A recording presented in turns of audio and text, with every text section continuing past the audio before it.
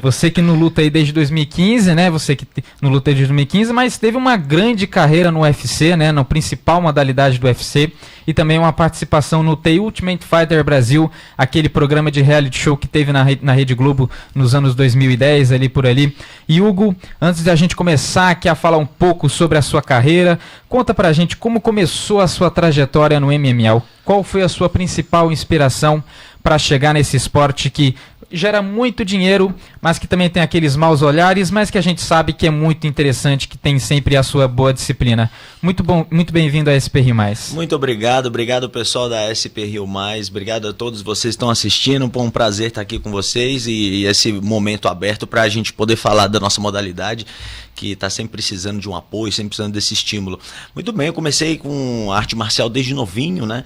Mas o MMA ele veio lá por volta de 2008, 2009, eu morava na Bahia, em Salvador nesse período, e era um período em que o Minotauro era super aclamado, era o auge do Pride na época, o Vanderlei Silva era super famoso no Japão, Minotauro também eram considerados já lendas vivas lá no Japão, e no Brasil começou a ser super difundido, né? Saía nos grandes canais, saía em Fantástico, saía em grandes mídias e aí a gente começou a treinar num tatame. Eu comecei em 2007 a treinar com o pessoal, o Shark, que é um grande amigo meu, e o Fernando Almeida.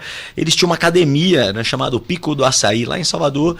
Era um tatame antigo que o Minotauro, antes de ter ido embora para os Estados Unidos, o mundo da fama dele, ele deixou esse tatame para um professor dele, um aluno dele, faixa preta. E esse aluno dele teve outros alunos, que eram o Márcio, os irmãos Almeida, que tocaram o trabalho e eu os conheci ali. Ali eles tinham uma academia, era pequena, mas já tinha uma excelência já de trabalho, já eram campeões baianos na época e tudo mais. Comecei a treinar com eles lá.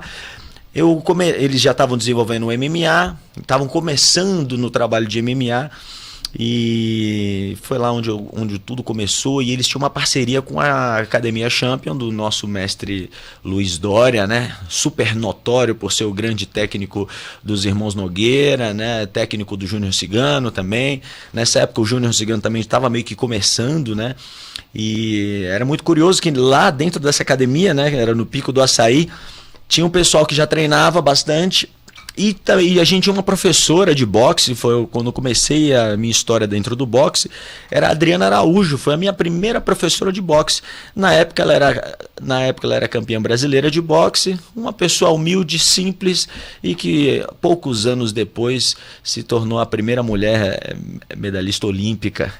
Então eu tive esse privilégio de ter uma primeira professora de boxe mulher e que poucos anos depois se tornou uma medalhista olímpica. Então lá já veio com esse pedigree, então eu tive a grande sorte de treinar com eles. Logo depois os irmãos Almeida me indicaram a treinar lá na Champion com o professor Dória, onde lá a gente treinava lá com o Robenilson, atleta olímpico, os atletas da Marinha também.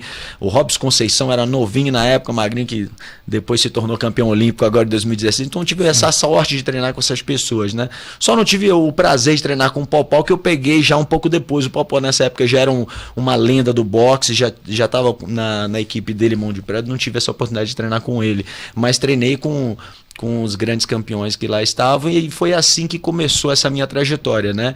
Sonhava sempre com MMA, sonhava em ser um grande lutador, tinha essa coisa, né?